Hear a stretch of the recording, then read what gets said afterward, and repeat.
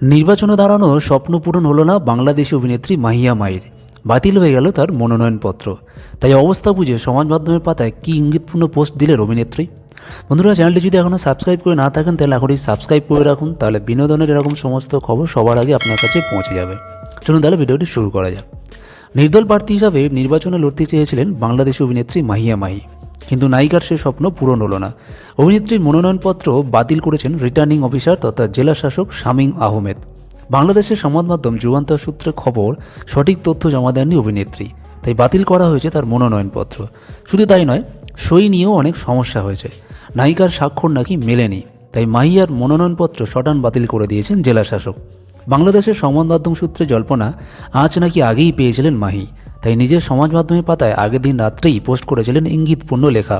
তিনি লেখেন, যেটা খবর পেলাম সেটা যদি সত্যি হয় তাহলে আপনার কপালে খারাপ আছে বলে দিলাম, যুদ্ধ ঘোষণা হবে কালকে। সম্প্রতি পরিমণির সঙ্গেও প্রত্যক্ষভাবে একটা ঠান্ডা লড়াই হয়ে গিয়েছে নায়িকার। তবে ভাবছেন সেটা আবার কী নিয়ে, তাই তো?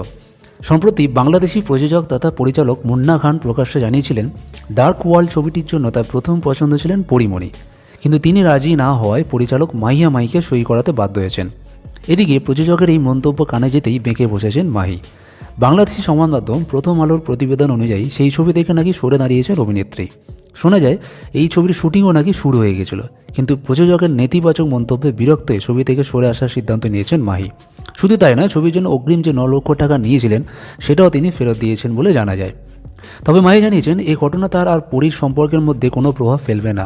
পরীর সঙ্গে মাহির বন্ধুত্বপূর্ণ সম্পর্ক, পরীর উপর তার কোনো অভিমান হয়নি বলেই জানিয়েছেন মাহি। সূত্রের খবর, এই ছবিতে নাকি একজন পুলিশ অফিসারের চরিত্র অভিনয় করার কথা ছিল তার, কিন্তু সেটা তার করা হলো না। ভিডিওটি ভালো লাগলে লাইক, কমেন্ট আর শেয়ার করুন। আর চ্যানেলে যদি নতুন হন তাহলে চ্যানেলটি সাবস্ক্রাইব করে সঙ্গে থাকুন। দেখা হচ্ছে পরে ভিডিও, ততক্ষণ ভালো থাকবেন, সুস্থ থাকবেন।